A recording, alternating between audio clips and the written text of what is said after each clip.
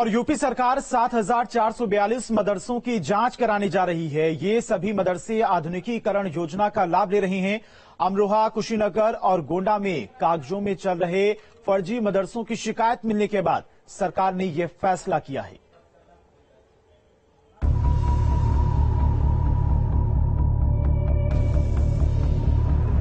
UP में फर्जी मदरसों पर बड़ा एक्शन। 7,442 मदरसों की जांच कराएगी सरकार। फर्जी मदरसों की शिकायत के बाद फैसला। योगी 2.0 सरकार में अब फर्जीवाड़ा करने वाले नपेंगे। कई जगहों से फर्जी मदरसे चलने की शिकायतें मिल रही थी। अमरोहा, कुशीनगर और गोंडा में कागजों पर मदरसे चलने की शिकायत मिलने के बाद सरकार एक्शन में आ गई है। मदरसा आधुनिकीकरण योजना का लाभ लेने वाले सभी 7,442 मदरसों की अब जांच की जाएगी। मदरसा बोर्ड की बैठक हुई थी। उस बोर्ड के समक्ष कुछ शिकायतें आई थी। कुछ जिलों में फर्जीवाड़ा हो रहा है, अब बच्चों को शिक्षा नहीं मिल रही है। उस शिकायतों के आधार पे हमारे बोर्ड ने यह फैसला किया कि उनकी जांच कराई जाए, तो उसी सिलसिले में जांच कराने के आदेश दे दिए गए हैं। मदरसों की शैक्षिक स्तर में कितना सुधार आया है, इसे लेकर लगातार मॉनिटरिंग की जा रही है। शैक्षिक गुणवत्ता का भी मूल्यांकन करवाया जा रहा है।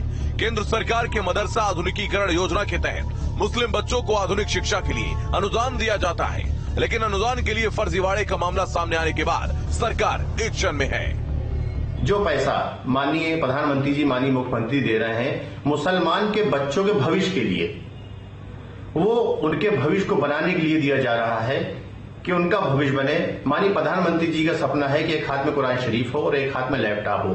दीनी तालीम के साथ साथ दुनिया की तालीम भी बहुत जरूरत है। हमारी हुकूमत इस पे बहुत गंभीर है और लगातार काम कर रही है। फर्जीवाड़ा नहीं चल पाएगा। जहां शिकायतें होंगी उस पर कार्रवाई होगी। इससे पहले यूपी के कैबिनेट मंत्री धर्मपाल सिंह ने भी मदरसों में होने वाली पढ़ाई पर सवाल खड़े किए हैं। अगला सवाल इनने विषय इसलिए दागा है कि भाई आप मदरसों का क्या करोगे। मदरसों का हम करेंगे। मदरसों में कोई राष्ट्रीय शिक्षा देगा, राष्ट्र हित की बात करेंगे। आतंकवादियों की शिक्षा नहीं होगी। कॉमर्शियल शिक्षा देंगे मदरसों में, तो हम उसके बारे में विचार करेंगे। दरअसल मदरसों में पारंपरिक शिक्षा के अलावा गणित, विज्ञान, अंग्रेजी, हिंदी और सामाजिक अध्ययन पढ़ाने के लिए 3-3 शिक्षक रखे जाते हैं। वहीं स्नातक शिक्षकों को 6,000 जबकि परा स्नातक शिक्षकों को 12,000 का मानदेय भी केंद्र सरकार की ओर से दिया जाता है। प्रदेश सरकार की ओर से भी स्नातक शिक्षकों को 2,000 और परा स्नातक शिक्षकों को 3,000 रुपए का अतिरिक्त मानदेय दिया जाता है। इस योजना में प्रदेश के 7,442 मदरसों के 21,126 शिक्षक शामिल हैं। पिछले दिन उत्तर प्रदेश मदरसा शिक्षा परिषद की बोर्ड बैठक में योजना में शामिल अमरोहा के कई मदरसों के अस्तित्व में न होने की शिकायत सामने आई थी। इसके बाद बोर्ड के अध्यक्ष डॉक्टर इफ्तिखार अहमद जावेद ने मदरसा आधुनिकीकरण में शामिल मदरसों से जुड़ी हुई जांच करवाने का फैसला लिया। लखनऊ से अविनाश सिंह के साथ bureau report, news state. Manish Gupta हत्याकांड आपको याद ही होगा। 27 सितंबर की रात कारोबारी की गोरखपुर में हत्या हुई थी। आरोप पुलिस वालों पर लगा था और इस मामले में 6 आरोपी जेल में हैं और मामले की सीबीआई जांच चल रही है। और इस मामले में इंस्पेक्टर जगत नारायण आरोपी हैं। अब लखनऊ आरोपी इंस्पेक्टर जगत नारायण सिंह का आलीशान मकान जमींदोज होने वाला है। ये 3 मंजिला मकान आने वाले दिनों में पूरी तरह से जमींदोज हो जाएगा। तस्वीरें लखनऊ के सतरिक रोड पर देवराजी विहार की हैं।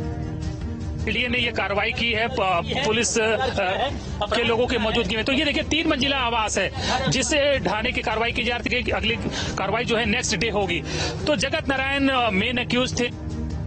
जब इस मकान पर बुलडोजर चल पड़ा है। दरअसल गोरखपुर के कारोबारी मनीष गुप्ता हत्याकांड के आरोपी के खिलाफ प्रशासन कड़ी कार्रवाई में जुटा है।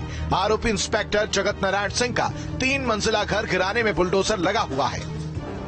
आरोप है कि एलडीए से बगैर नक्शा पास कराए इस आलीशान मकान को बनाया गया था, जिसके बाद प्रशासन कार्रवाई में लगा है।